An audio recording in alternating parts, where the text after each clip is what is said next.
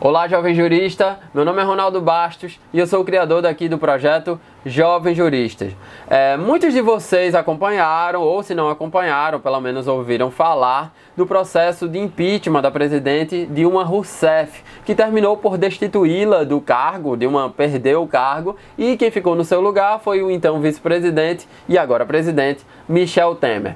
Ocorre que este julgamento do impeachment foi desmembrado de forma inconstitucional, porque na primeira parte do julgamento decidiu-se sobre o mérito, sobre a condenação da presidente Dilma e sobre a perda do cargo de presidente da República, e só depois é que decidiu-se sobre a inabilitação dela para exercer qualquer função pública. Só que esse desmembramento, esse fatiamento é flagrantemente inconstitucional e tudo indica que ele vai gerar muitas polêmicas jurídicas. Já se criou muita polêmica política. Só que eu tenho notícia, até a finalização dessa aula, que já foram ajuizadas mais de 10 ações no Supremo Tribunal Federal para discutir esse desmembramento, que segundo entendo e vocês vão ver pelos meus argumentos, que é inconstitucional.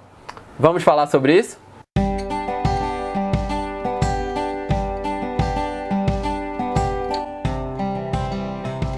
Para entendermos o que aconteceu de fato, inicialmente temos que saber que o processo de impeachment é regulado de modo geral pela Lei 1079/50, que é a chamada Lei de Responsabilidade ou Lei do Impeachment. Claro, no que essa lei não foi incompatível com a Constituição Federal.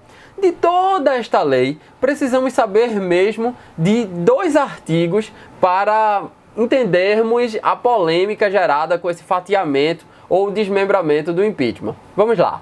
O primeiro é o artigo 68, que diz o seguinte: o julgamento será feito em votação nominal pelos senadores desimpedidos, que responderão sim ou não à seguinte pergunta enunciada pelo presidente: cometeu o acusado F o crime que lhe é imputado e deve ser condenado à perda do seu cargo? E o segundo é o artigo 33, que diz que, no caso de condenação, o Senado, por iniciativa do presidente, fixará o prazo de inabilitação do condenado para o exercício de qualquer função pública. Imaginando que eu não conhecesse a Constituição, a interpretação que eu faria destes 2 dispositivos legais é que primeiro os parlamentares devem decidir sobre a condenação, isto é, a perda do cargo, e só depois é que devem decidir sobre a inabilitação para o exercício de função pública. Provavelmente, com base numa compreensão parecida, a bancada do PT fez requerimento à presidência do Senado, alegando que a acusada tinha direito subjetivo parlamentar ao chamado DVS. Isto é, o destaque de votação em separado, que é um instrumento legislativo que permite a votação em separado de parte de proposição submetida ao exame dos parlamentares. No caso, a proposição é o próprio julgamento do impeachment, e o destaque seria feito entre a decisão sobre a perda do cargo e a decisão sobre a inabilitação para o exercício de função pública. Porém, isso não era o que havia sido combinado anteriormente entre os líderes partidários, antes mesmo do início do julgamento do impeachment, na medida em que a proposição deveria ser una e consistiria basicamente no que vocês sabem: se a presidente deveria ser condenada, caso condenada ela perderia o cargo e, por consequência, deveria ser inabilitada para o exercício de funções públicas pelo prazo de 8 anos. Com o desmembramento, o que é que aconteceu? A quesitação da inabilitação do exercício de funções públicas virou uma matéria autônoma. É coisa que a Constituição não permite pelo artigo 52, parágrafo único. E foi por isso que o PT fez esse requerimento e foi deferido, na minha opinião, equivocadamente pelo presidente do Supremo, que estava exercendo as funções de presidente do Congresso. E o PT foi buscar isso lá no regimento interno do Senado Federal. Segundo o artigo 312 do Regimento Interno do Senado, que regula o mencionado destaque, o destaque de partes de qualquer proposição, bem como de emenda do grupo a que pertencer, pode ser concedido mediante deliberação do plenário, a requerimento de qualquer senador. E uma das hipóteses previstas no inciso 2 é justamente a votação em separado. E o artigo 304, inciso 3, também do Regimento Interno, completa o dispositivo ao afirmar que, concedido destaque para a votação em separado, submeter-se-á a votos, primeiramente, a matéria principal, e em seguida, a destacada. Pois bem, submetido o requerimento à presidência do Senado, que estava sendo exercido, como manda a Constituição Federal, pelo presidente do Supremo Tribunal Federal, que no caso é o ministro Ricardo Lewandowski, o ministro Ricardo Lewandowski entendeu que esse requerimento ele obedecia ao regimento interno do Senado Federal e, por conseguinte, deferiu o requerimento. Ocorre que, embora o artigo 33 da Lei de Responsabilidade afirme que, no caso de condenação, o Senado fixará o prazo de inabilitação do condenado para o exercício de qualquer função pública, e o artigo 312 do Regimento Interno do Senado autorize a utilização do destaque de votação em separado, tanto o dispositivo legal quanto o regimental são contrários ao texto expresso da Constituição Federal, que, por ser de maior hierarquia, deve prevalecer sobre ambos os diplomas normativos. Lembrem-se o que eu disse no início, a Lei de Responsabilidade, a Lei 1079/50, só vale enquanto ela não for incompatível com a Constituição Federal. E o que diz a nossa Constituição? Como você pode ver, o artigo 52, parágrafo único, diz que no caso de condenação, esta estará limitada à perda do cargo com inabilitação para o desempenho de qualquer função pública pelo prazo de 8 anos.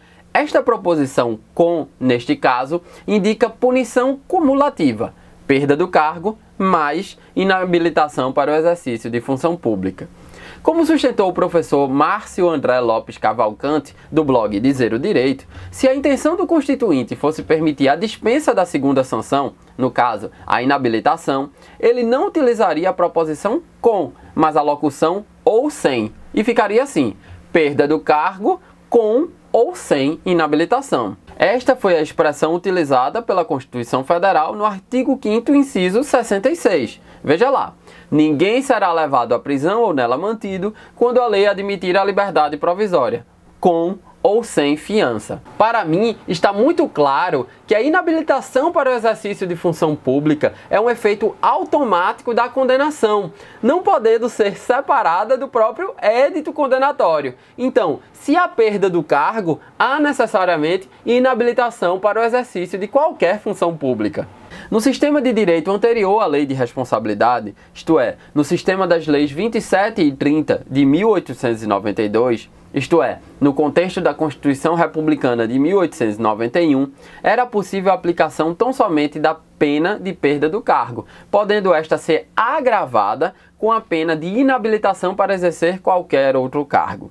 Nesse sistema, a pena de inabilitação tinha um caráter de pena acessório. Porém, no sistema atual da Lei de Responsabilidade e da Constituição de 88, não é possível a aplicação isolada da pena de perda do cargo, nem a pena de inabilitação assume caráter de acessoriedade.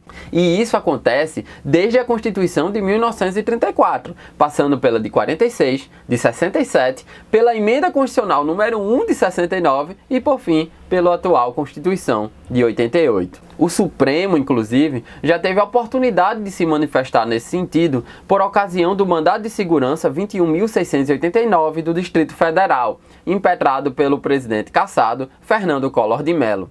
Aqui, o Supremo decidiu pela inabilitação por 8 anos, atrelada à perda do cargo. E isso eu já falei por aqui, lá na nossa aula sobre o impeachment. A minha opinião jurídica é que o desmembramento foi flagrantemente inconstitucional. Não poderia-se julgar a perda do cargo sem julgar automaticamente, sem decorrer automaticamente dessa condenação da perda do cargo, a inabilitação para o exercício de função pública pelo prazo de 8 anos, como determina lá o 52, parágrafo único da nossa Constituição. E tudo indica que esse imbróglio só está começando, pois a imprensa noticiou esses dias que já foram ajuizadas mais de 10 ações no Supremo Tribunal Federal. Ações por parte da base ligada à presidente, que quer sustar os efeitos da condenação, reverter a própria condenação, e ações por parte da base ligada ao governo, ligada a Michel Temer, que quer que ela, além da perda do cargo, quer que seja decretada a sua inabilitação para o exercício de função pública. O STF poderá tomar uma série de decisões. A primeira é ele considerar que o Senado fez tudo certo e deixar como está. A segunda é ele considerar que a presidente, ao perder o cargo, também deverá ser inabilitada para exercer novas funções públicas, como estabelece o artigo 52, parágrafo único da Constituição. A última seria o Supremo considerar que o julgamento descumpriu norma expressa da Constituição e, portanto, o julgamento do impeachment deveria ser considerado nulo. Como afirma o professor Márcio André Lopes Cavalcante, do blog Dizer o Direito, que eu já citei por aqui, o argumento para se adotar esta solução está no fato de que alguns senadores poderiam alegar que desejavam condenar Dilma apenas a uma das penas, e se tivessem que puni-la pelas duas sanções, preferiam absolvê-la. Em outras palavras, poder-se-ia argumentar que, se os senadores soubessem que iria ser apenas uma única votação, a decisão quanto à primeira, perda do cargo, poderia ter tido um resultado diferente. Na minha opinião, juridicamente, a decisão mais acertada é esta última, ou seja, nulidade do julgamento de impeachment. Mas acredito, analisando a jurisprudência e o perfil dos juízes lá do Supremo, que o STF vai se encaminhar pela segunda, isto é, vai considerar que, em obediência ao artigo 52, parágrafo único da Constituição, a presidente, ao perder o cargo, também deverá ser inabilitada para exercer novas funções públicas. Pois é isso, meus amigos. Se vocês gostaram do vídeo, dá um like aqui embaixo, compartilhe nas redes sociais e não deixem de se inscrever no canal. Nós também temos uma página de financiamento coletivo e você pode apoiar esse projeto a crescer cada vez mais. A doação é a partir de R$1, tem uma série de planos e você recebe uma série de vantagens. Dentre todas, você pode me ter como orientador do seu trabalho de conclusão de curso. Não deixe de apoiar essa comunidade jurídica que não para de crescer. Tchau!